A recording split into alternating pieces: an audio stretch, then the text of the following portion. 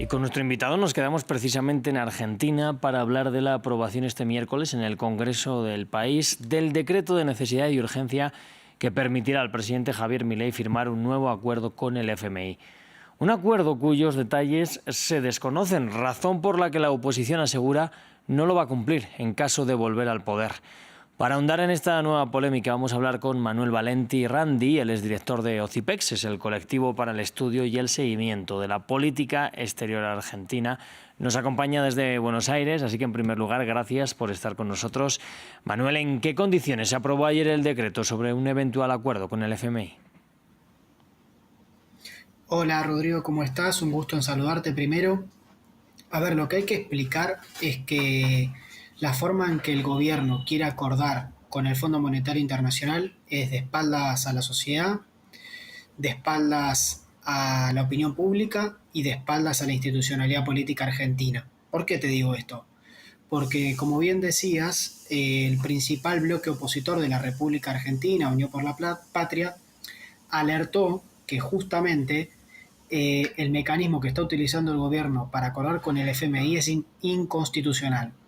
¿Por qué? Porque la Constitución misma establece en el artículo 75 que es necesario pasar por el Congreso para aprobar el endeudamiento, en el artículo 75, inciso 7 y el 22, y a su vez la Ley de Fortalecimiento de Sostenibilidad de la Deuda, que se creó justamente para construir consensos políticos, para tener acuerdos con el Fondo Monetario Internacional a nivel interno antes de acordar a nivel de organismo, no se cumplió. Por esto justamente incumple el mandato normativo argentino, y hay que agregar algo: en el 2018, cuando se volvió al Fondo Monetario Internacional, también se incumplió con el estatuto mismo del Fondo Monetario Internacional. ¿Por qué? Porque a Argentina se le prestó muy por encima de la cuota que permite el estatuto del organismo. Más del 1000% de la cuota que pone Argentina se le prestó, 45.000 millones de dólares. Entonces, el problema es que estamos ante un acuerdo que no se conoce y se le dio un cheque en blanco mediante este decreto de necesidad de urgencia, y esta aprobación espuria en la Cámara de Diputados, que inclusive fue ya muy obnubiloso cómo se trató para conformar la misma comisión que trata el DNU el día anterior a que se trate en diputados. Claro, yo le quería preguntar qué tipo de acuerdo podría haber alcanzado o estar alcanzando Javier Milei con el FMI. No se conoce, pero por tanto, ¿de qué podríamos estar hablando para que no se quiera dar a conocer? Mira, a mí me gusta, para que nos entiendan todos, hablar claro. En Argentina se dice de Guatemala a Guatepeor. Digo, Guatemala era ya el modelo y el proyecto económico del gobierno de Javier Milei, que es un ajuste inhumano, insostenible, donde se cayó a picos históricos de consumo de leche, picos históricos de consumo de carne vacuna, que Argentina históricamente se consume mucha carne vacuna y en los barrios populares se comen menudencias de pollo sobre todo. También tenemos precios caros para el mundo, es decir, el Big Mac en la Argentina sale casi lo mismo que en Suiza, y uno no para de ver videos de europeos quejándose de los precios altos en la Argentina. No hay obra pública, se despidieron más de 200.000 personas, cerraron más de 10.000 empresas en solo un año.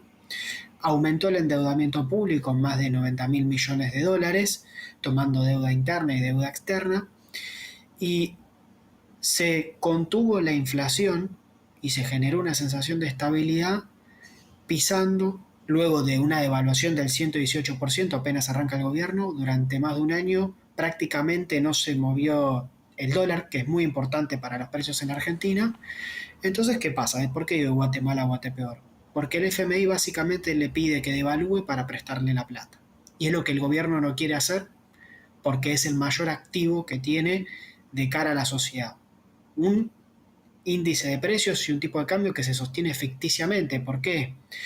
Porque justamente, como dije antes, la gente en el país no le alcanza para comer, y a la gente que viene de afuera le resulta caro. Eso en un modelo económico es insostenible, cierran empresas. Entonces, lo que le pide el gobierno también tiene mucho impacto social y económico. Entonces, tanto las soluciones y el recetario que siempre plantea el fondo no son útiles para la Argentina, y simultáneamente el gobierno va en una senda de cada vez mayor desigualdad y desindustrialización de la Argentina. Nosotros lo que planteamos del observatorio justamente es que hay que construir otra alternativa, donde Argentina no es que tiene que desconocer su deuda, sino que si le dio un préstamo político a la Argentina en el 2018 al gobierno de Mauricio Macri para ganar las elecciones, como mismo planteó Claver Carón en su momento, se tiene que encontrar una solución política para que Argentina pueda salir de esta situación. Claro, pero frente a esto que nos expone, el gobierno está defendiendo que su gestión es buena, que está dando pasos hacia adelante, que Argentina está saliendo de la crisis. ¿En qué se está fijando, por tanto, el gobierno?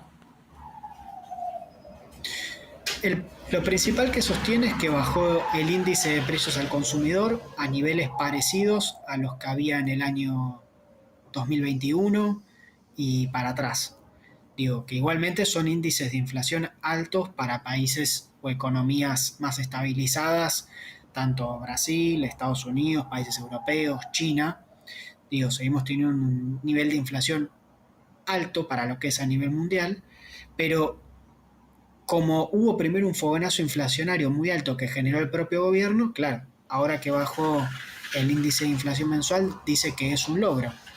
Y claro, porque lo que estamos viviendo justamente es la paz de los cementerios, donde hay poca actividad económica, la gente consume cada vez menos, si uno camina por la ciudad de Buenos Aires hay mucha gente en la calle.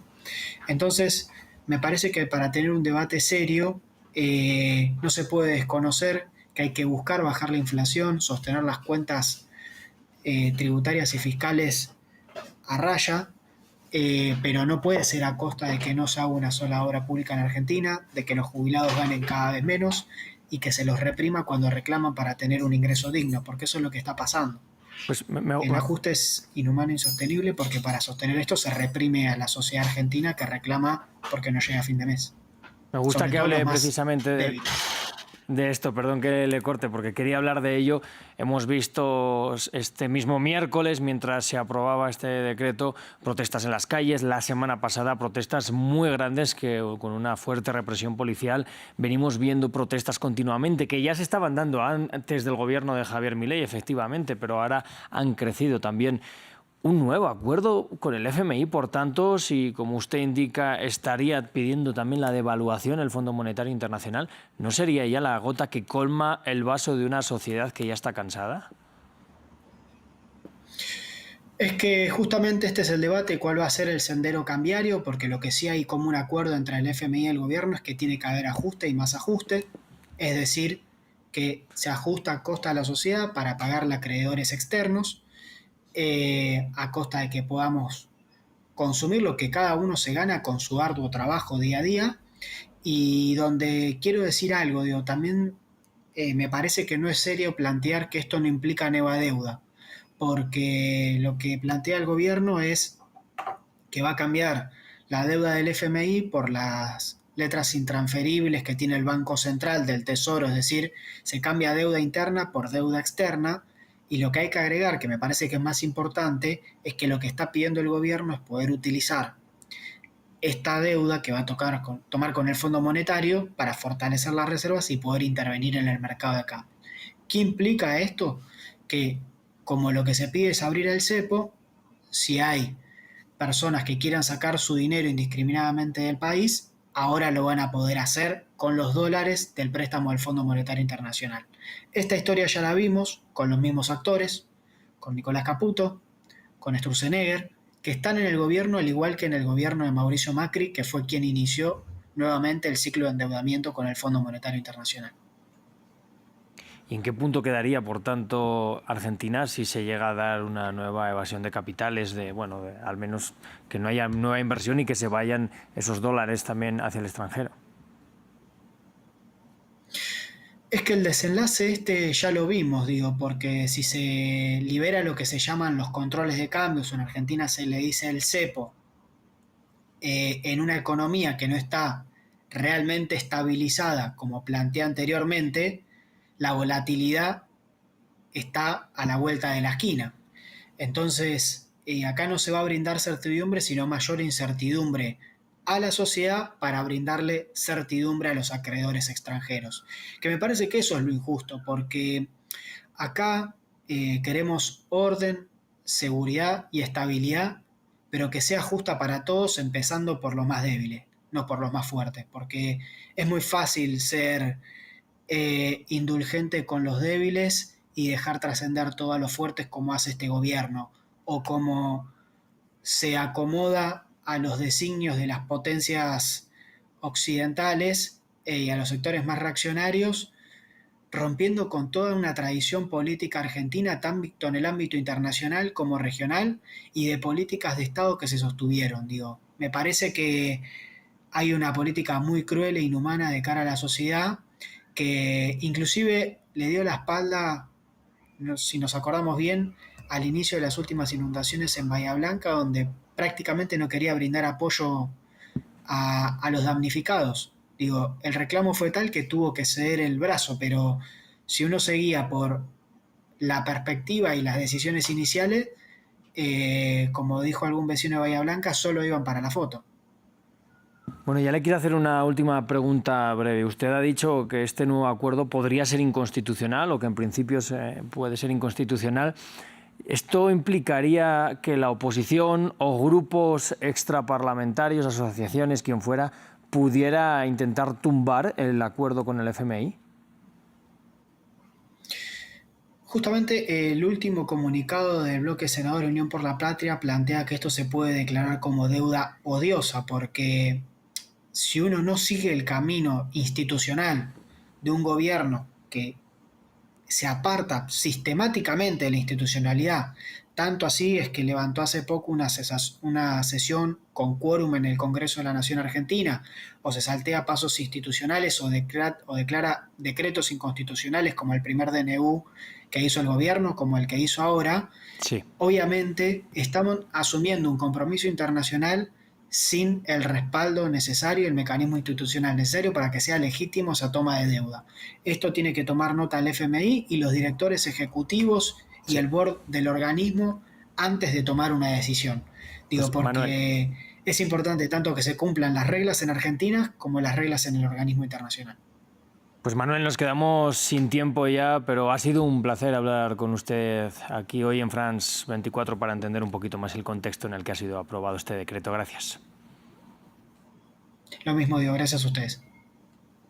Nosotros seguimos aquí en France 24 y ya saben, vamos a seguir actualizando toda la información en apenas un par de minutos.